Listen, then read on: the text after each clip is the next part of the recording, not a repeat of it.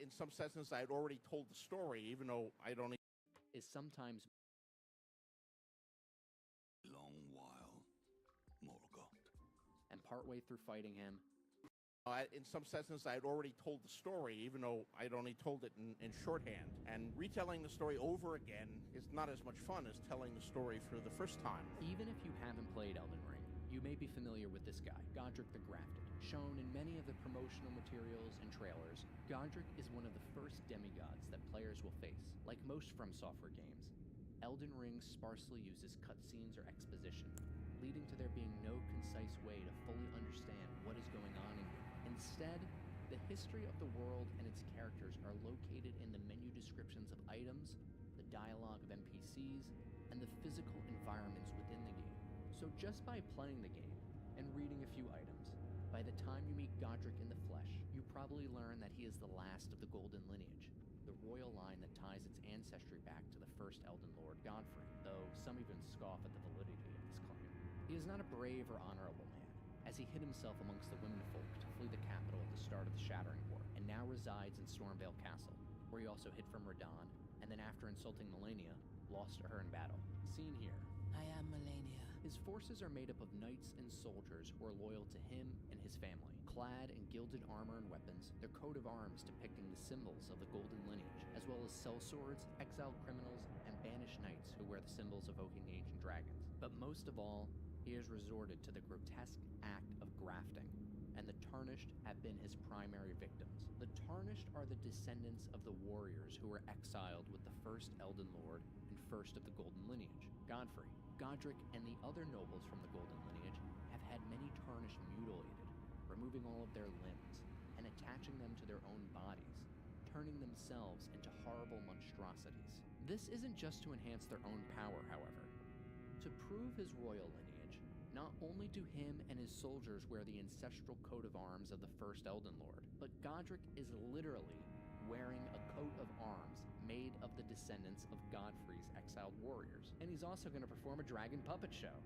Everybody, give him a hand. Just by reading a few item descriptions, talking to a few characters, and exploring Stormvale Castle, can we learn all of this fairly easily. But this isn't how Elden Ring hides its story. After defeating a few demigods, multiple legendary foes, exploring above and below ground, you may find this Everjail off the beaten path. Inside is the gatekeeper who protects Elden Ring's story, the one you must pass to fully unlock its hidden lore. Godfrey the Grafted. On the surface, it may look like the game is just reusing boss fights to fill in content, but he is the key to understanding Elden Ring, its lore, and its story. Anyone can go on a wiki and read all of the item descriptions or dialogue to start painting a picture of the history of the lands between. But this isn't how its story was designed to be understood.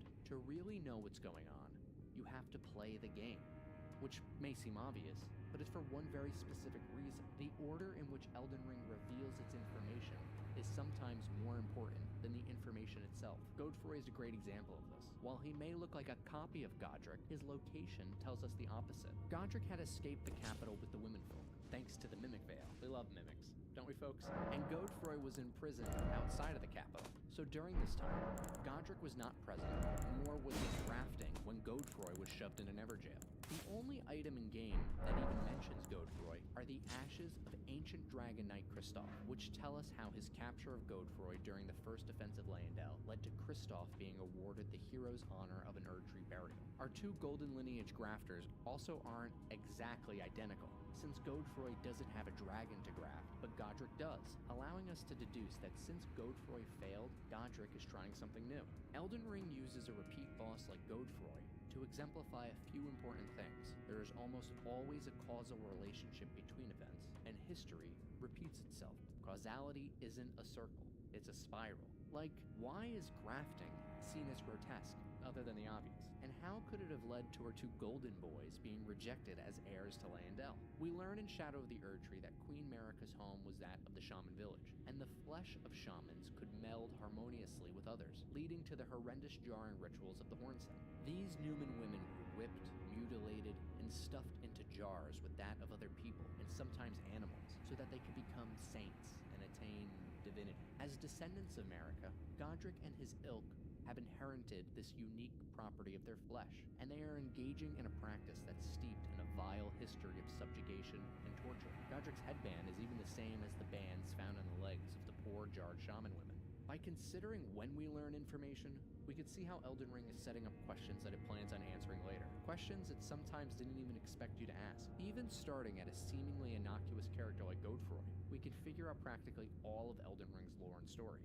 For instance, why is Godric going to graft a dragon to his body? Let's hear what he has to say on the matter. Sorry, wrong clip. Mighty dragon, thou art a true-born heir. Lend me thy strength, O kindred. Long ago, the ancient dragons, nearly immortal beings made of stone, attacked the royal capital, forever altering its skyline and burying an untold amount of people under rubble and hellfire. This was the start of the bloody and terrible conflict known as the War Against the Ancient Dragons. But the demigod Godwyn the Golden defeated the ancient dragon Vortisax, befriending his fallen foe, for which this event would give rise to the capital's ancient dragon cult. Unfortunately for Godfroy, the ancient dragon knight Kristoff must not have received the memo on who he was dealing with. Godfroy traces his lineage to the first Elden Lord through Godwyn the Golden, the founder of the dragon cult that Kristoff is a part of. Part of? That he's a part of! He's a pirate! To rectify this, Godric is going to graft a dragon to his arm and talk to Kristoff's manager, who is... King Morgoth, last of all kings. Morgoth is another demigod, but he is the direct son of Godfrey and Marika, his great rune proving that he was born of the Golden lineage, and that he is indeed the Lord of Leyndell. Unfortunately, he was born as a graceless and reviled omen. Those who are born with mangled horns, aspects of the ancient crucible of life, and are assailed by vengeful spirits. Most children born omen have their horns excised, causing them to perish, but omen born of royalty keep their horns. The families of omen have dolls bearing horns made to memorialize these poor children. As a direct son of Godfrey, Morgoth had been imprisoned in the sewers of Leyndell with the rest of the omen, and was shackled with a special fetish bathed in golden magic of the Erd Tree to handle all that great rune energy. The power of this magical shackle has faded, however, and since second Elden Lord Radagon and Marika have gone missing, he has taken it upon himself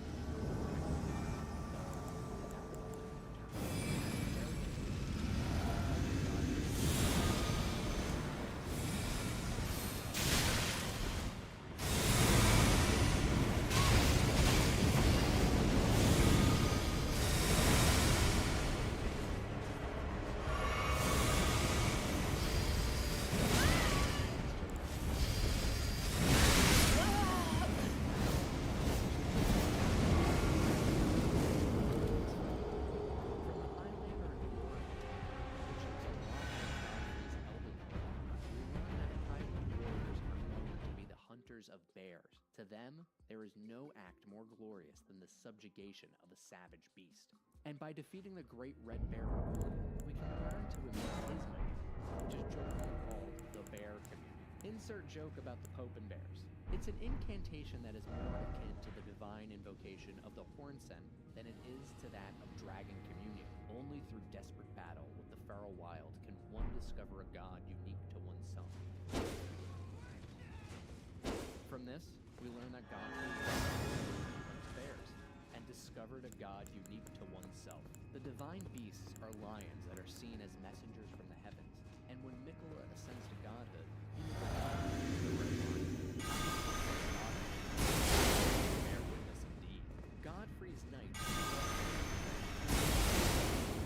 evoke the aspect of animals, and the Hornsent view the crucible as sacred for the refinement wrought through its evolutionary gift. And in the tower antagonize the Hornsent grandma, she recites a curse. A curse upon this trumpet's progeny, upon Marika's children, each held the curse.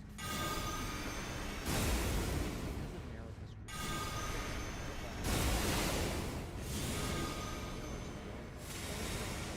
also be born with a massive horn.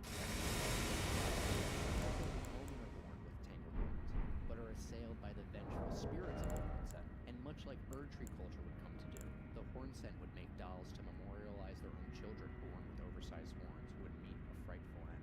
Uh-oh, somebody should tell Godric that this dragon head might not be his music that he thought it was. Or maybe he's busy. This all gives us a clear connection that Godfrey came from a culture adjacent to that of the Hornsent, and that he and his people have their genetics influenced by the Crucible as well. So it would make sense that his sons would be born as cursed omen. Elden Ring once again set up the omen just to reveal later that their origins are of those with Hornsent descent. So why does Godwyn look like a fish and not a pincushion? I have searched far and wide, and I have yet to find an aspect of the Crucible salmon. Godwyn looks like he has more in common with dragons than he does with the Hornsent or the Crucible. We know that Godfrey wasn't too keen on the ancient dragons. Although the capital has a dragon cult, and the worship of ancient dragons does not conflict with belief in the Erdtree, they still attacked his city. Throughout Limgrave and Leonia are ruins that fell from the sky, and their glowing fragments are found everywhere. On the border of Caelid in Limgrave is a sword monument that reads, Lord Godfrey, at last at the end of his campaign, his golden armies unvanquished and unbowed, yet finds grace lost, tattered and faded. And going deep into Caelid, through the dragon barrows, we can find a cave with some farm beasts similar to the first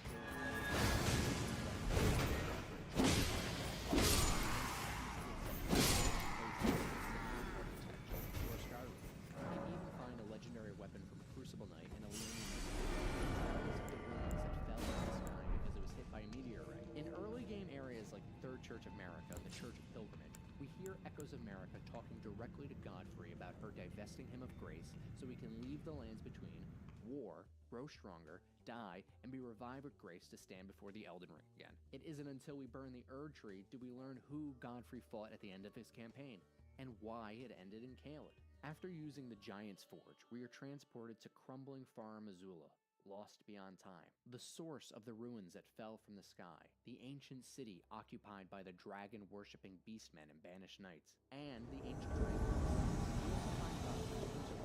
One standing victorious over a dead ancient dragon, and one fighting the Farum beastmen, as well as a malformed tree sentinel who uses armor and weapons made from felled ancient dragons. The Godfroy method strikes again. At the very start of the game, we are given hints about the end of Godfrey's wars, this ancient city, the beastmen who inhabit it, how it was destroyed, and that it may have been the home of dragons. And it isn't until the very end of the game do we get this big payoff and reveal, that after Godfrey invaded the city, it was destroyed, and Marika initiated her plan, Operation Tarnished Grace. So how does this connect to Godwyn? The ancient dragons were the prehistoric rulers of the lands between before the Erdtree. Something must have changed to get us from dragons and beasts to men and trees. During the age of the Erdtree, the ancient dragons attacked the Erdtree's capital city. This eventually leads to Godfrey attacking their city of Farum Azula, and this is where it gets interesting. While Godfrey was on an offensive war against the ancient dragons, Godwyn was making some scaly friends.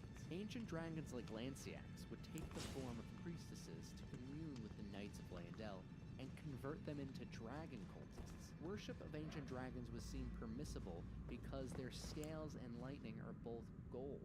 But when we get to Farum Azula, we find a secret spellbook that says that ancient dragons wield red lightning. And the color red is a big no-no color because of its connections to the fire giants and the primordial crucible. Uh-oh, looks like somebody got hoodwinked. Recall my video about manipulation. Add Godwyn to the list of puppets. Now, Godwyn is known for one really big event in Elden Ring's history. It is the catalyst for why the world is all messed up at the start of the game, the Night of the Black Knives. As per this finger reader crone, Godwyn was supposed to be a martyr for destined death. But oopsies, Ronnie the Witch pulled a fast one on the gang, sabotaging the Black Knife ritual, and Godwyn only got a soul death. His body unable to perish, but left to eternally decay. His soul-dead, rotting corpse is buried into the Erdtree's root system, and the rune of death begins spreading through the Great Tree roots. This prevents Erdtree burial because now souls can't be consumed by the Erdtree. Instead, black, knotted roots protrude from the ground, disconnecting the Great Tree roots from the Erdtrees, and the lost spirits begin inhabiting skeletal remains, creating those who live in death. Since the Erdtree can't be nourished anymore via its root system, it begins to lose its luster. It doesn't produce any dew or sap. Magical fetishes bathed in gold begin to fade, and the omen they shackle are freed. The Age of Plenty comes to a close. Radagon becomes Elden Lord and ushers in the Age of the Elden Ring, until the Elden Ring is shattered, and Marika and Radagon go missing. The Tarnished begin to return. Morgoth takes the title of Lord of Leyndell, and Godfroy fails his coup in the first defense of Leyndell, getting captured by the ancient dragon knight Kristoff. So thanks to Godfroy, We can see that. Wait a minute, that's not all the lore. Alright, let's try this again. So there are these people called perfumers. They essentially make potions and aromatics that mimic the power of the Erd Tree. The act of perfuming was widely guarded by the capital until the Shattering War, and the perfumers were recruited into various militaries. But before that, they were attempting to heal the Omen and Misbegotten. When their efforts failed, they would watch over them to ensure they would die peacefully. A tale akin to the origins of the Deathbed Companions. And what would you know? Godwin's girlfriend was a Deathbed Companion. She's hanging out at the Table of Lost Grace, giving out free hugs. But if you get one, she'll sap some of your life energy to pass on to her boyfriend. And in return, you get a Baldachin blessing, a favor bestowed by a Deathbed Companion, protection of a hidden temple in the guise of a bedchamber. The favor allows one to forget any aches and pains. In death, there is only peace, for in death, there can be no sensation. How nice. When Godwin died his soul death and was buried into the roots, we got those who live in death, skeletons reanimated by lost souls. The Golden Order was created by confining destined death, the rune that dictates the fated deaths people should die. It's the rune that essentially made the demigods immortal and meant that most people would need to go through special burial rituals like Ghost Flame Creation or Tree Burial in order to perish. Otherwise, it might turn out like this. Yuck. Those who live in death just happen to fall outside of the logic of the Golden Order, as spirits who live in dead bodies. All Fia wants is to be a mother of those who live in death, and to do that, she must lie with the remains of Godwin, the Prince of Death, so she can create a mending rune that will bring about the Age of the Duskborn, an order with death restored. But something fishy's going on here. Those who live in death carry a very peculiar shield, the Sunrealm Shield. Shield of honor depicting a city crowned by the sun. It has seen better days. Much like the wear upon the shield, the seat of the sun has long faded away. Throughout the entire game, we explore and visit castles that have the same design as the castle on the Sunrealm Shield. And all of these places have the armor and armaments of the dragon-worshipping Banished Knights. Places like Castle Morn, Castle Sol, the Fortified Manor, and many more. Say, what happened to the Sunrealm? I bet this big glowing tree had something to do with it. You can find these Sunrealm skellies nearly everywhere in the Lands Between, but it isn't until the end of the game in Far Missoula, a place where the sun is always setting, do you find the Beastmen who live in death, carrying the same shield. How very interesting. Godwin seems to be bringing back a lot of advocates of those silly ancient dragons. Nigh on immortal beings made of stone who used to rule in a time before the Erd Tree. I'm beginning to think that Fia might like Godwin for more than his good looks. To get Fia's mending room, you need to enter her deathbed dream and fight the Lich Dragon Fortisax, the ancient dragon that Godwin befriended and led to the creation of the ancient dragon cult. After Godwin the Golden, Prince of Death, the ancient dragon Fortisax fought long and hard against death within his command. Alas, victory was never achieved, and its only reward was corruption. Fortisax has black scales with gold underneath and resembles Fia, wearing her black shawl with gold hair hidden underneath. It isn't until Shadow of the Erd Tree do we meet the ancient dragon priestess, Florasax. Each night, the priestess offers her own sleep to her lord, and in turn receives the power of his favor, the ancient dragon's blessing, favor bestowed by the Dragon Communion priestess in the name of the Dragon Lord Placidusax. Consume FP to increase all forms of damage negation. It looks and functions a lot like the Baldachin blessings. Just look at them. So by progressing into Shadow of the Erd Tree, we are shown the origin of the Deathbed Companions came from the ancient dragon priestesses, helping us deduce that Fia is Fortisax. And by progressing to Far Missoula, we learn that the Sunrealm and those who live in death are aligned with the ancient dragons.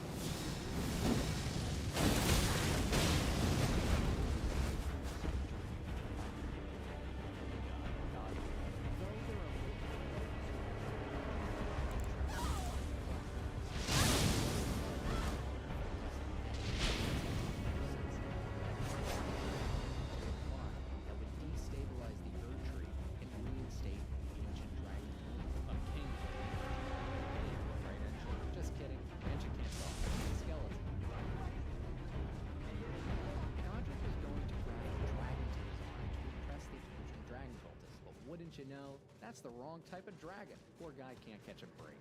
Found throughout the underground and the mimics, we also find dragonkin soldiers, failed copies of dragons that the Nox were attempting to create. We see these guys a total of 3 times, and then in Shadow of the Erd Tree, we find Curse you, Bale! Man, they look really, really, really similar. Check out this video about how Bale was created.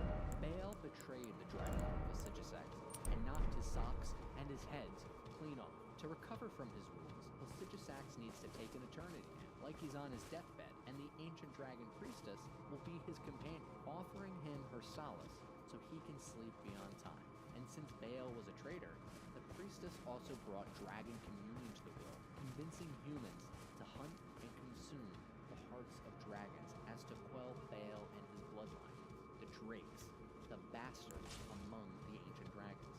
Nobility like Kenneth Haight make remarks early in the game calling into question Godric's lineage to Godfrey, the first Elden Lord. Godric is grafting a bastard dragon to himself. Later, we learn that Morgoth the Omen is the true heir to Leyndell and the Golden Lineage. And nowhere in-game is it ever actually stated that Godwyn is in fact the son of Godfrey. Every single demigod has it listed in-game who their parents are, except for Godwyn and Godric. What a strange omission. Is Godwyn's missing daddy actually a dragon? Find out in a future video, or watch this pre-Shadow of the Erd Tree video about Godwyn in case you can't wait. When we finally get to Farum Azula and find the hidden boss fight with Placidusax, we learn that he's actually the ruler of the Erd Tree, and that not only is he chilling out here recovering from his battle with Bale, but that his god fled, and the Dragon Lord is awaiting its return. So, where'd the god go? Halfway through the game, do we learn that the ancient dragons attacked Leyndell, and it isn't until defeating a secret boss hidden in one of the final levels that we learn why that is. Dragon Lord Placidusax is awaiting the return of his god who fled, and Leyndell is the home of the Erd Tree and the god America, allowing us to piece together the motivation behind the war against the ancient dragons. This method for learning the story is even present before you even start playing the game. When you first pick up your copy of Elden Ring, on the cover is the title Elden Ring, and a picture of the Elden Ring. Inside, a disc, Elden Ring. The goal of the Tarnished is to go to the Erd Tree and stand before the Elden Ring. But the game can be really hard, so you have to do things like level up your healing flask using golden seeds, which say that when the Elden Ring was shattered, these seeds flew from the Erd Tree, scattering across the various lands, as if life itself knew that its end has come. If they don't give you enough juice, you can use the Crimson Seed Talisman, which is patterned after an Erd Tree seed. The Erd Tree was once perfect and eternal. Thus, it was believed that Erd Tree seeds could not exist, and at the very depths of the Erd Tree's majestic root system, where Godwyn is buried, is the oldest spell that derives from the Erd Tree, Elven Stars. It says that a greater will sent a golden star bearing a beast into the land between, which would later become the Elden Ring. When you finally make it to the capital, you can't even get into the Erd Tree to get to the Elden Ring. You have to burn it down. But when you do, it brings you to Farum Azula to unleash Destiny Death. And in that room is a picture of the Elden Ring. It looks like a seed, sprouting roots. Beneath it is a woman, surrounded by 3 wolves, modeled exactly like the red wolves of Radagon. After the death of Radagon, the Elden Ring turns into the Elden Beast, and the arena transforms with spectral Erd Trees, and the light of It isn't until Shadow of the Erd Tree do we get the Crimson Seed Talisman +1. The Erd Tree seed of this talisman was presumed to be an object. This age-old artifact also depicts the 2 fingers, perhaps harkening back to the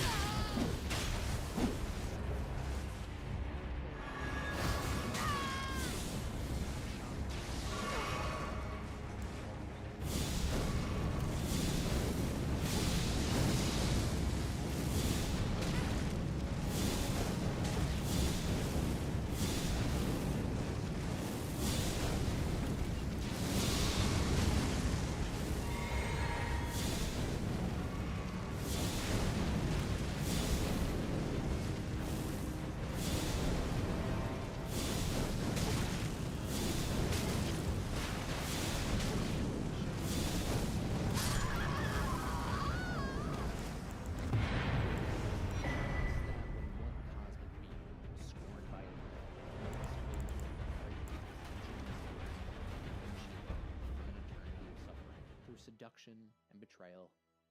At the top of the world, with corpses laid at her feet, she could reach into the heavens, bathed by a never-ending golden sunset, as far as the eye could see, grab hold of the beast from beyond, and imprison the Elden Ring within her, so she could control the order of things. Elden Ring hides its story not just in the description of items, cryptic dialogue between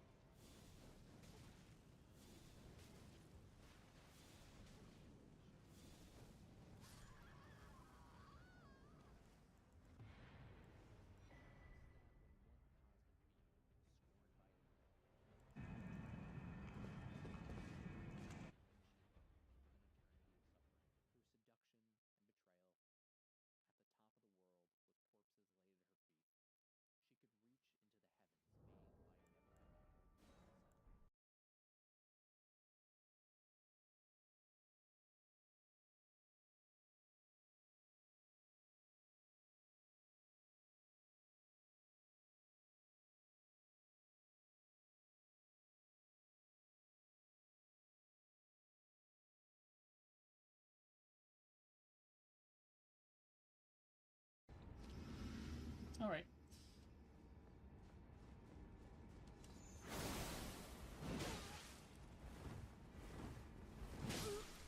Let's fight.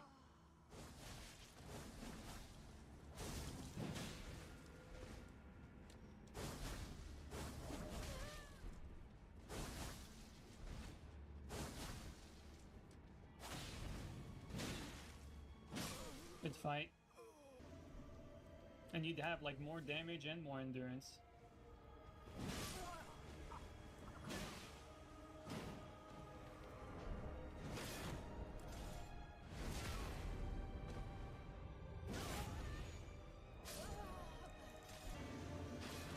Oh, he's fighting an invisible person.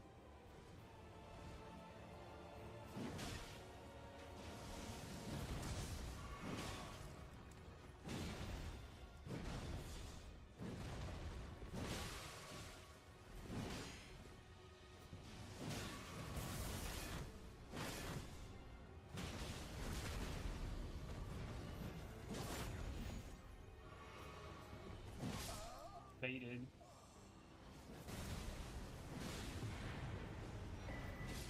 God, these... What the fuck, dude? These fucking Great Spear feel so much stronger than the other ones that I've played with so far.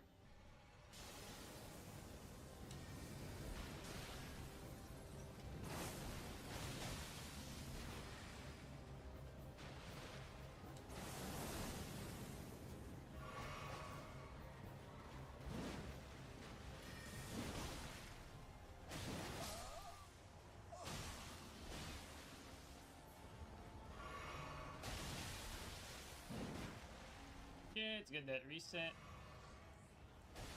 This guy has that net. Bro, the bleed buildup is fucking nasty. Oh, guy has, Wait, is he accompanied by... Okay, never mind. Oh, we're gonna get to try that Ash.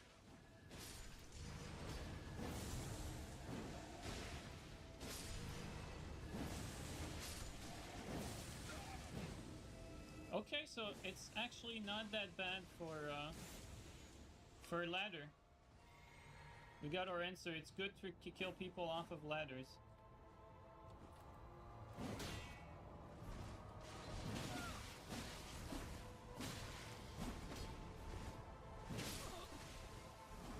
Okay. Insane give up. Oops. It's an old PSGS move. There you go. Are they longer than Moog? Dude, they are actually a lot longer than...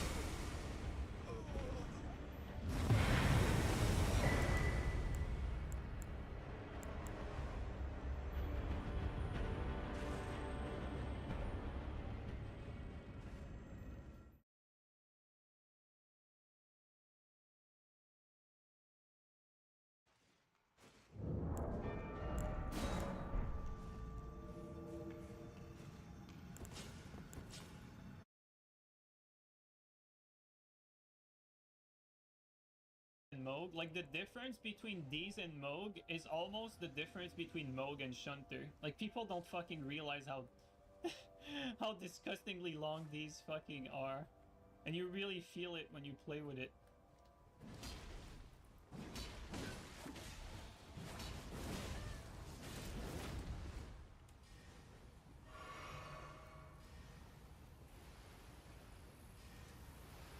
No, we had the same idea. Okay, well,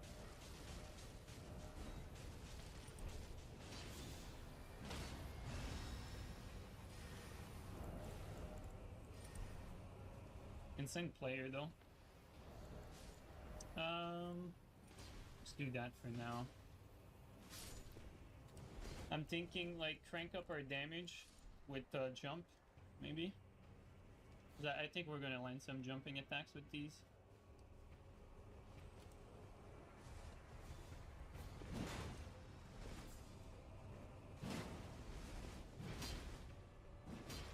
I was about to try to go for a shield break.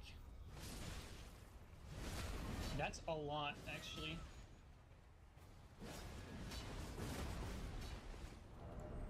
Oh my god, bro. Why does it fucking always reset the inventory? It's so annoying.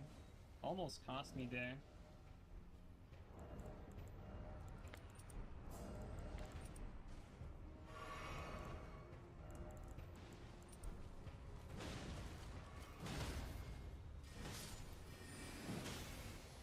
I love how that missed.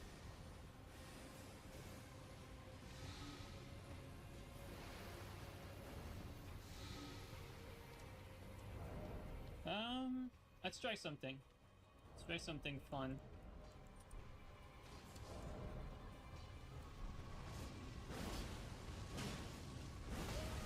Okay, maybe I rolled that too early.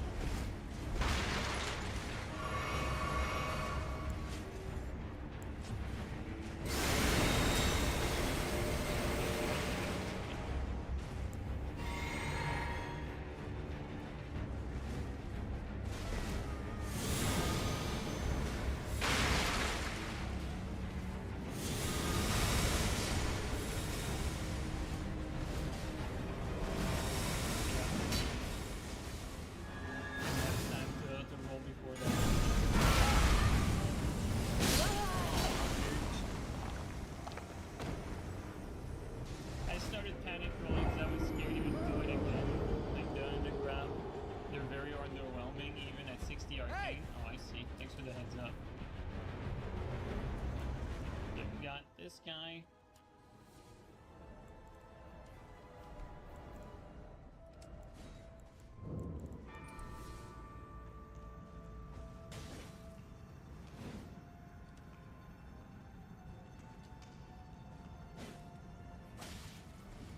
Oh wow, he has an arcane build like I have. Nice.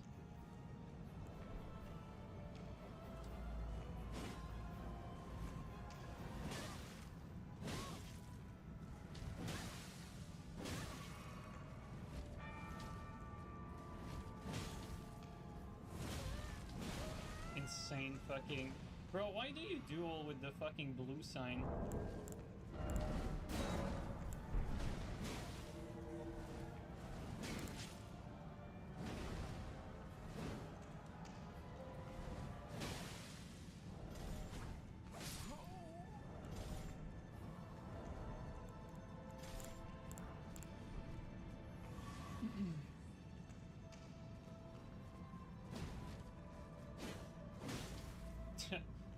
Butterfingers moment.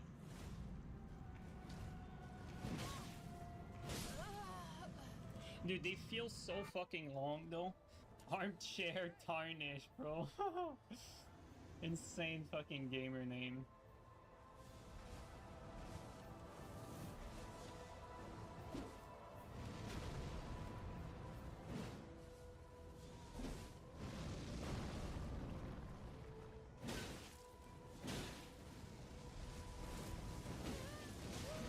Great game.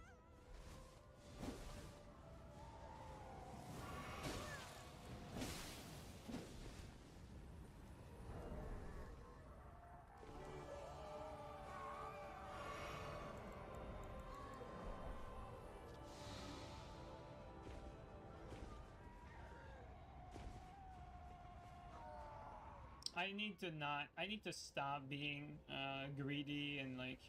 I need to stop playing stupid. Oh, we got a teammate. Never mind. I was about to say, like, when there's like a caster like that, there's really only one play. It's to wait. I just need to.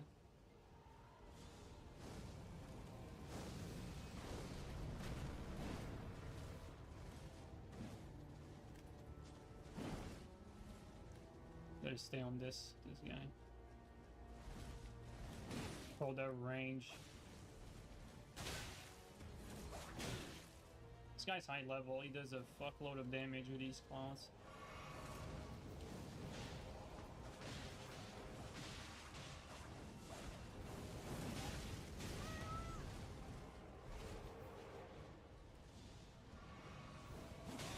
Good shot.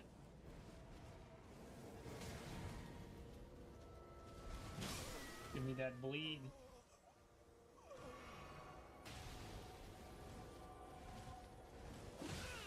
Yeah, armchair gaming. Oh, I thought he would finish him, but it's okay.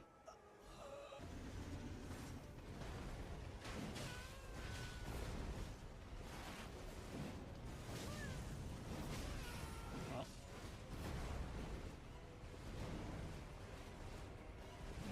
Oh wow, that missed.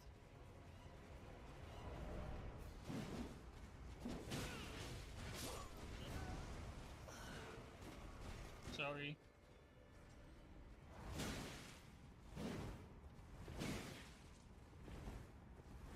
Poor guy. He really didn't stand a chance.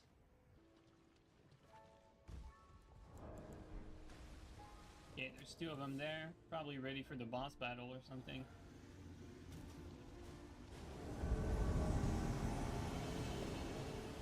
Oh, my man is lagging his fucking life away. Holy shit, you laggy fucker.